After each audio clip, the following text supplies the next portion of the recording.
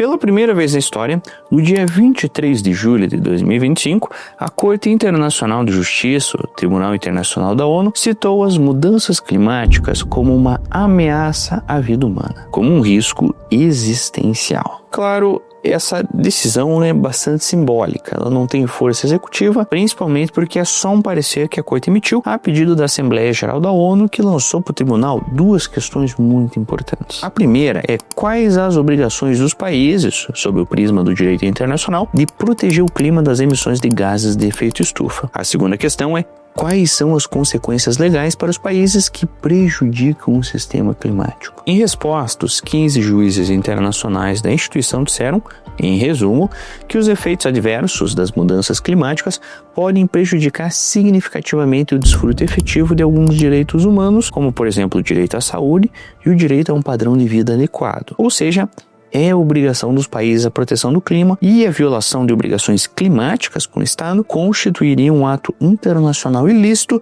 que pode dar origem a indenizações para os países afetados. Ainda que seja bastante simbólico, esse tipo de parecer vai influenciar uma série de decisões nacionais entre os países e também influenciar uma série de legislações mais progressistas com relação ao meio ambiente. Para chegar a essa conclusão, em dezembro de 2024, a Corte deu ouvidos a uma série de interessados que pudessem contribuir de alguma forma para o parecer ou até que fossem interessados na causa. Os países ricos do norte global que participaram disseram aos juízes que os tratados climáticos existentes, principalmente o Acordo de Paris de 2015, acordos esses que são em grande parte não vinculativos, ou seja, que não criam obrigações legais para o seu cumprimento, esses tratados é que deveriam ser a base para decidir quais seriam as responsabilidades dos países. Então vocês conseguem ver aqui que, por essa lógica, não haveria obrigação de proteger o clima. Os acordos seriam meramente referenciais. Mas as nações em desenvolvimento e pequenos estados insulares defenderam medidas mais fortes, em alguns casos juridicamente vinculativas, obrigatórias, justamente para reduzir emissões e para que os maiores emissores de gases de efeito estufa, os que causam aquecimento global,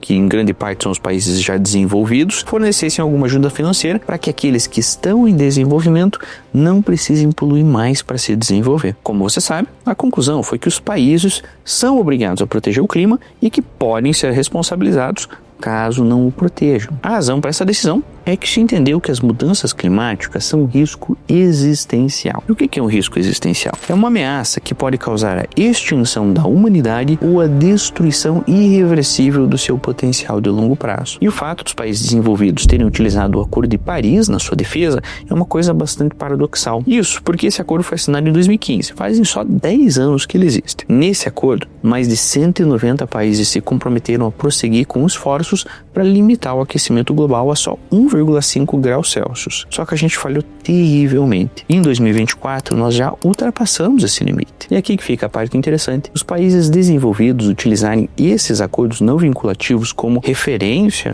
para um parecer sobre risco existencial é bastante estranho, porque se esses acordos fossem obrigatórios, fossem vinculativos, todas essas nações desenvolvidas já teriam descumprido. Afinal, já passamos de 1,5 graus Celsius. E para piorar, no final do ano passado, no recente relatório sobre a lacuna das emissões, que é um relatório que a ONU faz, que faz um balanço das promessas dos países para combater as mudanças climáticas em comparação àquilo que é efetivamente necessário que esses países façam. Esse relatório é lançado todo ano e a ONU disse que no mais recente, no de 2024, caso as políticas climáticas permaneçam exatamente as mesmas de hoje, nós teremos um aquecimento global de mais de 3 graus Celsius acima dos níveis pré-industriais até o ano de 2100. Talvez você se pergunte, poxa, Aline, 3 graus Celsius? Sei lá, se está 20 graus e fica 23, para mim não parece que faz grande diferença. Pois é, você se engana. Normalmente, quando lemos esses relatórios, o aumento para 3 graus Celsius está acompanhado da palavra catastrófico. E existe uma enorme precisão no termo usado. O aumento da temperatura média global acima desse limiar, lembrando, é a média, não é a temperatura perto da sua casa, é a média global, planeta inteiro. Uma média global acima desse limiar intensifica eventos climáticos extremos, como ondas de calor, secas, inundações, tempestades, e aqui a gente nem vai entrar nos impactos na saúde humana em decorrência de calores extremos, na agricultura, na biodiversidade, na infraestrutura. Ou seja, é catastrófico. E a gente já comentou um pouco sobre os efeitos disso principalmente para o Brasil, mas eu não vou recomendar esse vídeo aqui nos cards, não. Eu vou atualizar ele, mostrando como as previsões desse vídeo que eu fiz lá no começo de 2024 já vem se concretizando nesse mero um ano, pouco mais de um ano que o vídeo foi feito. Então não esqueça já de dar um like nesse vídeo, de se inscrever, de ativar o sininho para você saber quando esse vídeo vai sair. Mas voltando ao assunto, essa decisão da Corte Internacional também chegou num momento bastante interessante. Foi na mesma semana em que a gente também teve o Dia da Sobrecarga da Terra. E o que diabos é isso? É o dia em que a nossa demanda por recursos naturais já superou a capacidade que o planeta tem de produzir ou renovar esses recursos ao longo de 365 dias. No ano de 2025, esse dia foi 24 de julho. E os dados mostram que estamos utilizando os recursos naturais 1,8 vezes mais rápido do que o ecossistema do planeta consegue se regenerar. Isso significa que a nossa demanda atual, porque ela tende a aumentar com o tempo, a atual já exige praticamente 2 planetas Terra. E essa sobrecarga, na verdade, é resultado de nós emitirmos mais CO2 do que a biosfera consegue absorver, utilizarmos mais água doce do que os nossos aquíferos podem repor, cortarmos árvores num ritmo superior à regeneração das florestas e pescarmos além da capacidade de renovação dos estoques pesqueiros. Essa notícia foi acompanhada do infográfico da Global Footprint Network, e é um infográfico bem interessante. Nele você consegue ver qual seria o dia de sobrecarga do planeta caso o nosso consumo de recursos fosse igual a de algum outro país específico. Se você olhar no infográfico, se todos os seres humanos consumissem exatamente como o Catar, o dia de sobrecarga da Terra seria 6 de fevereiro. Se todos nós consumíssemos igual ao Uruguai, o dia de sobrecarga seria 17 de dezembro. Se você analisar com calma esse infográfico, também vai ver que países mais ricos e industrializados, o tal do norte global, costumam ter um dia de sobrecarga da Terra que fica entre fevereiro e abril. Significa que os recursos que eles têm, eles já esgotam já no primeiro semestre do ano. Então, para que eles possam continuar consumindo, eles só conseguem fazer a custas de gerações futuras e explorando os recursos dos países menos desenvolvidos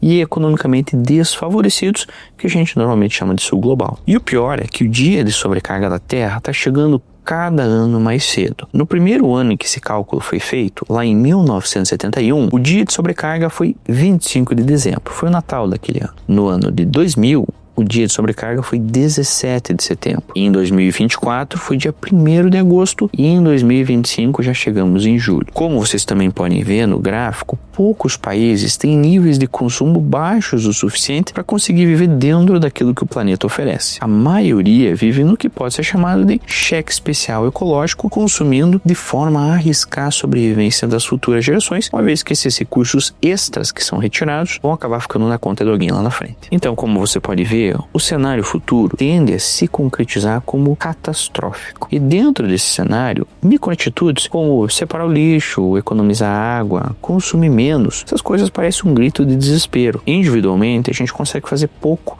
ou nada. É necessária a atuação de todo mundo em unidade, e o que é muito difícil. No último vídeo que a gente fez aqui no canal, inclusive, falamos sobre como a soberania nacional absoluta é um problema para enfrentarmos mudanças climáticas e também no cenário de guerras mundiais. Então, se um país sozinho, como por exemplo o Brasil, 200 milhões de pessoas juntas, não conseguem fazer nada, imagine nós sozinhos, meros mortais. Mas é claro, isso aqui que eu tô falando não é um álibi para você chutar o balde e deixar que tudo se exploda, mas sim um convite para você ir além, repensar dogmas, repensar paradigmas. Muitas vezes aquilo que nos servia antes, as ideias que tínhamos antigamente, hoje talvez não só não nos sirva, como às vezes pode ser fonte de muitos problemas. Eu recomendo fortemente que você dê uma passadinha no nosso último vídeo, falando sobre como a soberania nacional absoluta é um problema para o enfrentamento de mudanças climáticas, ou caso você queira se adiantar, dá uma passadinha, vê esse vídeo aqui que fala sobre o que acontece com o Brasil caso a temperatura se eleve demais. Eu tô te esperando no próximo vídeo.